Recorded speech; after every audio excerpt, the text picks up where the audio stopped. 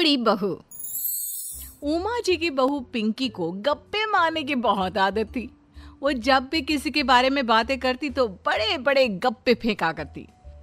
आसपास के सब लोगों को पता था कि पिंकी बहुत बड़ी गपोड़ी बाज है। लोग उसकी बात पर विश्वास नहीं किया करते थे, लेकिन हाँ, उसकी बातें सुन सुनकर हंसते बहुत थे। अरे बहू, पड़ोस वाली शर्मा जी है ना, उनकी बेटी का जन्मदिन है, तुम भी चली जाना। ठीक है मम्मी जी, ये तो बता दो गिफ्ट में लेकर क्या जाना है। अरे लेकर क्या जाना है, 250 का लिफाफा दे देना, बस काफी है। अरे मम्मी जी, अच्छा लगेगा क्या? पड़ोसी हैं हमारे, हमें कुछ बड़ा लेकर जाना चाहिए। अरे बहू, इतना काफी है। जानती हैं आप, मेरे मायके में जब पड़ोस में किसी की बर्थडे होती थी ना, तो मम्मी कुछ ना कुछ गोल्ड का ही देकर भेजती थी। पड़ोसी के बर्थडे में सोना? कैसी बातें करती हो। और नहीं तो क्या, आपकी तरह थोड़ी ना लिफाफा पकड़ा दिया। पिंकी शर्मा जी की बेटी के जन्मदिन में चली जाती है। अरे आज तो बड़ी सुंदर लग रही हो साड़ी में। जी मैं तो लहंगा पहनकर आने वाली थी, मम्मी जी नहीं मानी। अरे बेटा, बर्थडे पार्टी में तो साड़ी चल जाती है, मेरा मतलब कोई शादी थोड़ी ना है। कैसी बात कर रही हैं आप आंटी जी? मेरे मायके में तो छोटे छोटे फंक्शन भी हम लोग लहंगा बनवाते थे बुटीक से, डिजाइन करवा कर। चाहे पड़ोस में किसी का जन्मदिन हो, मेरी मम्मी हमेशा बुटीक से नया लहंगा डिजाइन करवाती थी। मैंने तो ऐसा कहीं नहीं देखा, ये तो तुमने आज बड़े कमाल की बात बताई। अरे जाने दीजिए, कोई बात नहीं। और बताइए, आपकी बेटी नजर नहीं आ रही? अरे भाभी, मैं यहाँ हूँ, ये देखिए मेरा ड्रेस कैसा लग रहा है। ठीक ही है, मतलब बर्थडे के हिसाब से थोड़ा हल्का है ना। अरे भाभी, इतना सुंदर गाउन पहना है मैंने। मैं ना शादी से पहले अपने बर्थडे पर हमेशा जरी वाला लहंगा पहना करती थी, यही मैं तुम्हारी मम्मी को भी बता रही थी। इसके बाद केक काटने का प्रोग्राम शुरू होता है। सब लोग इकट्ठे हो जाते हैं। शर्मा जी की बेटी का केक देखकर पिंकी से रहा नहीं जाता। उसके अंदर का गपोड़ी बाज बाहर निकल कर आ जाता है।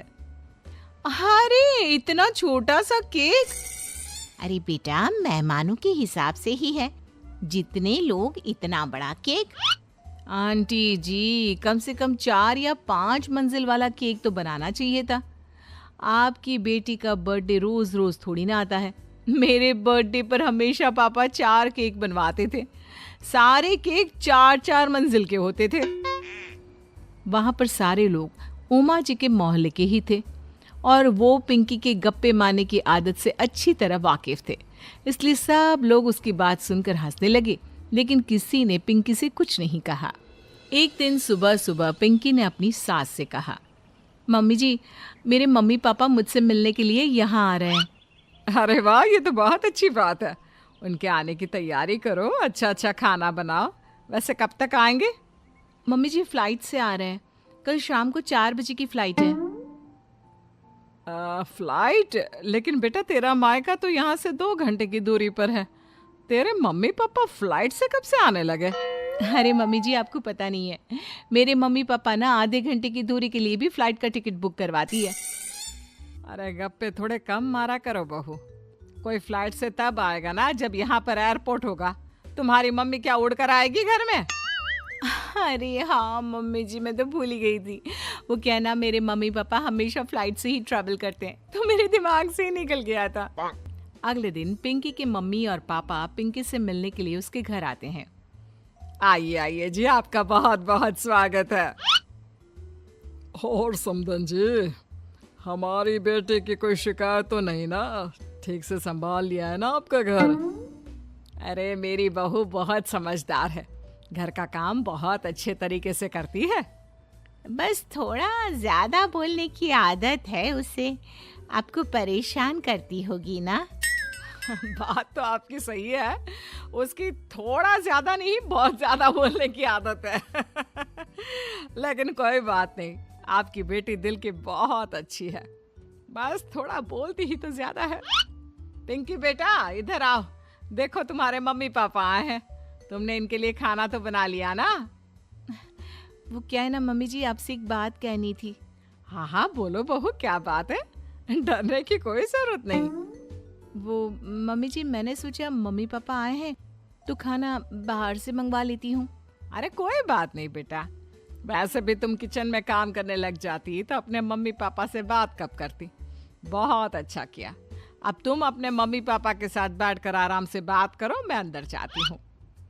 शाम का वक्त जैसे ही दरवाजे की घंटी बजी, 3-4 लोग हाथों में खाने के बहुत सारे पैकेट लेकर उमा जी के घर पहुंच गए। अरे भाई कौन है आप लोग, लगता है गलत पते पर आ गए। नहीं नहीं माँ जी, हम तो खाने का ऑर्डर डिलीवर करने आए हैं, यहीं से बुकिंग मिली थी। अरे नहीं नहीं, आपको कोई गलत फहमी हुई है। हमारे यहाँ तो 2 ही मेहमान आए हैं। आपके हाथ के पैकेट देखकर लगता है इसमें 50 लोगों का खाना है। माँ जी आपने सही समझा, खाना तो इसमें 50 लोगों का ही है, क्योंकि हमें ऑर्डर यहीं से 50 लोगों का मिला है। अरे लेकिन इतना सारा खाना, कहीं मेरी बहू ने अपनी गप मारने की आदत के चलते ऐसा तो नहीं कर दिया। ये खाना आप रख लीजिए और हमें हमारे पैसे दे दीजिए। अच्छा वैसे कितने का बिल बना है? ज्यादा नहीं, बस 10,000 दे दीजिए। उन लोगों की बात सुनकर उमा जी पिंकी को आवाज देकर वहां बुलाती है। जैसे ही पिंकी वहां आती है, खुश होते हुए उन लोगों को वहां पर खाना रखने के लिए कहती है। अरे इतना सारा खाना क्यों मंगवाया बहू? अरे मम्मी जी, मैंने आपको बताया तो था, मम्मी पापा आए हैं तो मैं खाना बाहर से मंगवा रही हूँ। ये बात सही है बेटा, लेकिन 2 लोगों के लिए 50 लोगों का खाना? अरे मम्मी जी, कुछ कम पड़ जाए तो अच्छा थोड़ी ना लगता है, और मेरे मायके में तो ऐसा ही होता है, एक्स्ट्रा खाना मंगवाते हैं हम लोग। तभी पिंकी के मम्मी और पापा वहां पर आते हैं। अरे बेटा, एक्स्ट्रा खाना मंगवाने का मतलब ये थोड़ी ना होता है कि 2 लोगों के खाने के लिए 50 लोगों का खाना मंगवा लो। और बेटा, तुम्हारी गप मारने की आदत के चलते 10,000 का बिल आया है। तुम्हें नहीं लगता ये गलत है? देखो बहू, बढ़ा चढ़ाकर बातें करना अपनी जगह, लेकिन इतनी बड़ी बड़ी फेंकना भी गलत है ना। पहली बात तो इतने सारे पैसे लगे, और दूसरी बात खाना वेस्ट होगा। आप लोग ठीक कहते हैं, मैं आज के बाद अपनी इस आदत को कंट्रोल करने की कोशिश करूंगी और अब से गप थोड़ी कम मारा करूंगी। पिंकी की बात सुनकर सब लोग हंसने लगे। खूनी दुल्हन। आरती और विकास अपने माँ बाप के साथ दिल्ली में रहते हैं।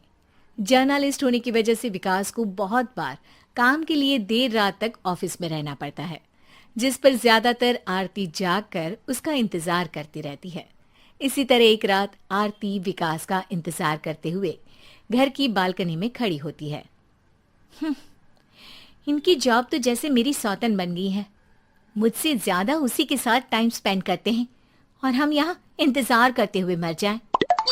अपने आप से ये सब बोलते हुए आरती की नजर मोहल्ले के कोने वाले घर पर पड़ती है, जिसकी लाइट्स ऑन देखकर वो हैरान रह जाती है। ये इस घर की लाइट्स कैसे ऑन हो सकती हैं?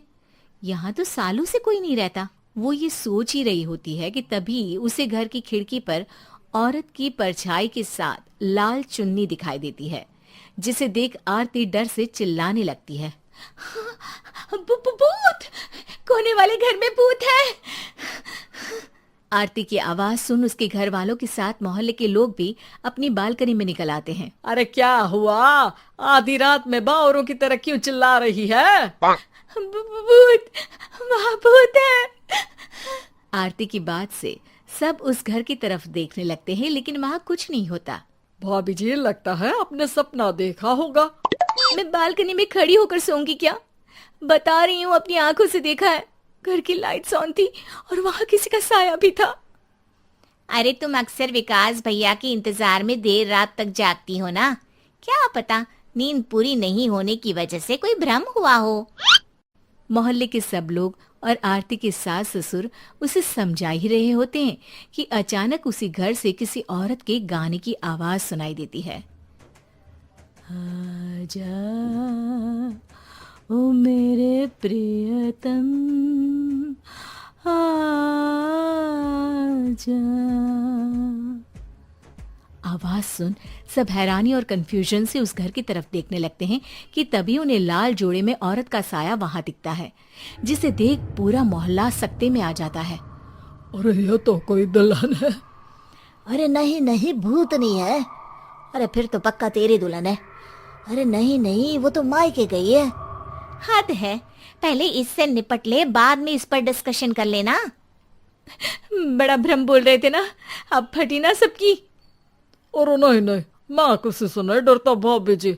भूत जैसा कुछ नहीं होता। या तो इस घर के मालिक यहाँ आ गए हैं, या फिर किसी ने खाली घर देख कर कब्जा कर लिया है। हमें वहां जाकर देखना चाहिए। बात में लॉजिक मानकर सब बाहर इकट्ठा हो जाते हैं कि तभी विकास भी वहां पहुंच जाता है। क्या बात है, इतनी रात को पूरा मोहल्ला यहाँ कैसे? भूतिया दुल्हन की वजह से। क्या तुम्हारे अलावा भी कोई दुल्हन भूतिया हो सकती है? इस भूतनी का किस्सा निपटने दो, फिर तुम्हें अपनी भूतनी दिखाती हूँ। अब सारे लोग मिलकर विकास को पूरी बात बताते हैं, जिसे सुन वो भी उनके साथ जाने के लिए तैयार हो जाता है। जिसके बाद वो सब डरते हुए उस घर के सामने जाकर खड़े हो जाते हैं। तुम सब यहीं रुको, मैं अंदर जाता हूँ। अकेले जाओगे? अरे नहीं नहीं, आप सबकी नकली भूतनी भी तो होगी ना मेरे साथ। कैसा मजाक कर रहा है यार। रुक, मैं चलता हूँ साथ में। क्या मैं चलता हूँ? ये क्या गोवा घूमने जा रहे हैं जो मैं भी साथ चलता हूँ? कहीं नहीं जाओगे तुम, यहीं मेरे पास खड़े रहो। बहू सिचुएशन समझो। हाँ, घर जाकर सुना लेना। हे भगवान, मम्मी तुम किसकी मम्मी हो? ओह, इन्हें सब कुछ अभी करना है क्या? नहीं, यहाँ पंचायत बिठा देते हैं आपके परिवार के लिए। इस पर मामला शांत करके अब वो लोग इधर उधर से घर के अंदर झांकने की कोशिश करते हैं। उन्हें घर के अंदर लाल जोड़ा, सिंदूर और मंगलसूत्र के साथ चारों तरफ खून बिखरा हुआ दिखता है। इसे देखकर सबकी हवाइयां उड़ जाती है। भाई ये सब क्या है? अब तो मुझे भी डर लग रहा है। आ गए मरने, अब तुम्हें मुझसे कौन बचाएगा? उस नजारे के साथ सोने पर सुहागे की तरफ भूतनी की आवाज सुन वो सब तुरंत वहां से भाग खड़े होते हैं। ये सब क्या था? अब हम क्या करेंगे? हमारे मोहल्ले में भूतनी आ गई जो सबको मारना चाहती है। ओ भाभी जी, मैं फिर बोल रहा हूँ, भूतनी जैसा कुछ नहीं होता। मुझे तो पक्का यकीन है कि यहाँ किसी गलत इंसान ने गलत काम करने के लिए कब्जा कर लिया है और लोगों को घर से दूर रखने के लिए ये सब कर रहा है। तुम इतने यकीन के साथ कैसे बोल सकते हो? फिल्मों में ऐसे ही तो दिखाते हैं। हे भगवान, ये फिल्म नहीं, ये रियल लाइफ है। हमें शांति से कुछ सोचना चाहिए। सब हमारे घर चलो। सब आरती के घर में इकट्ठा हो जाते हैं। रात भर आधी नींद और बिल्कुल ना चल रहे दिमाग के साथ सब सॉल्यूशन सोचने की बहुत कोशिश करते हैं, लेकिन कुछ नहीं होता। इसी तरह सुबह हो जाती है। ऐसे कोई भी उपाय नहीं निकलेगा। सब पूरी रात के थके हुए हैं। घर जाओ, थोड़ा आराम कर, फ्रेश होकर फिर आ जाना। उसके बाद सोचते हैं कुछ। डरे सहमे लोग जैसे ही अपने घर जाने लगते हैं, तभी विकास को उस घर में कोई हरकत नजर आती है, जिस पर वो किसी को कुछ बताए बिना चुपचाप वहां पहुंच जाता है और कुछ देर बाद घर आकर सबको दोबारा इकट्ठा कर उस घर के पीछे वाले खिड़की पर ले जाता है। विकास, क्या खेल लगा रखा है? ये कोई मजाक नहीं है। वही तो, मजाक नहीं, बहुत बड़ा मजाक है। अंदर देखो। जैसे ही सब उस खिड़की से अंदर देखते हैं तो उनकी आंखें खुली की खुली रह जाती है। मूवी की शूटिंग?